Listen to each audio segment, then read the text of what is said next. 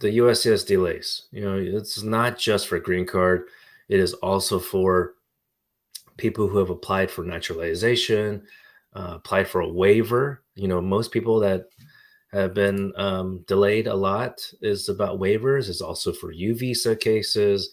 It's for the work permit, the 765 for advanced parole. It's for a whole of cases. And so you would think that because you have to mail your application, depending on the type of application, you have to mail it to a specific address of USCIS. They have several offices around the United States. And you would think because they do that is to have a very structured workflow.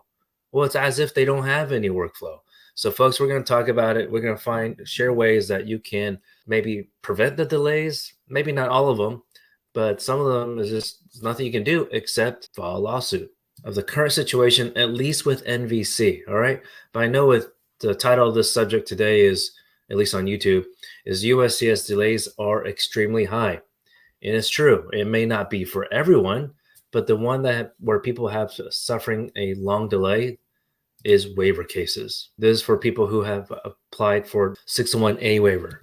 And that is where someone has stayed in the United States, either overstayed their visa or they're in the United States without a visa entry at all. Some people will call that illegal entry. So let me pull that up, okay? The processing times. Let me share that website with y'all. It's super frustrating. So you might think there's nothing you can do, but there is. But unfortunately, it does cost more money. But it depends how you value time, right? So if you know that in a situation like this, a waiver application, okay, I'm clicking here. There's 2 service centers for this, Nebraska and Potomac Service Center. It shows 44 and a half months. Quote unquote, 80% of cases, they say that for every case type, every application.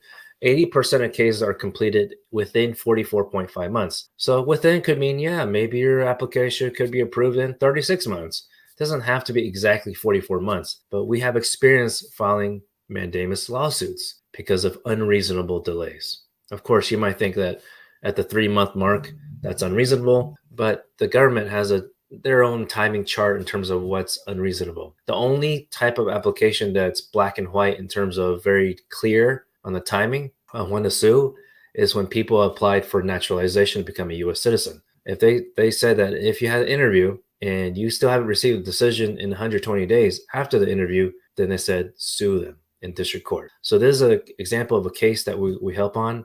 We, of course, help with other cases where you want to file your case fresh, or we help with requests for evidence. But knowing the processing times is important for you because, unfortunately, we have heard of people breaking up. If it's a marriage case, yeah, people breaking up because it's just taking too long and there's just high expectations of getting that legal status. And unfortunately, that affects a marriage, even though you would think, some people think that it shouldn't affect it, but it can.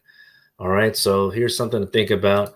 That's Nebraska Service Center for waiver cases 601A, taking 44 and a half months. Clicking on Potomac Service Center, where a lot of waiver applicants, their cases were being transferred to Potomac Service Center in the DC area, saying 44 months. Kind of strange. Why would they just basically put same processing times?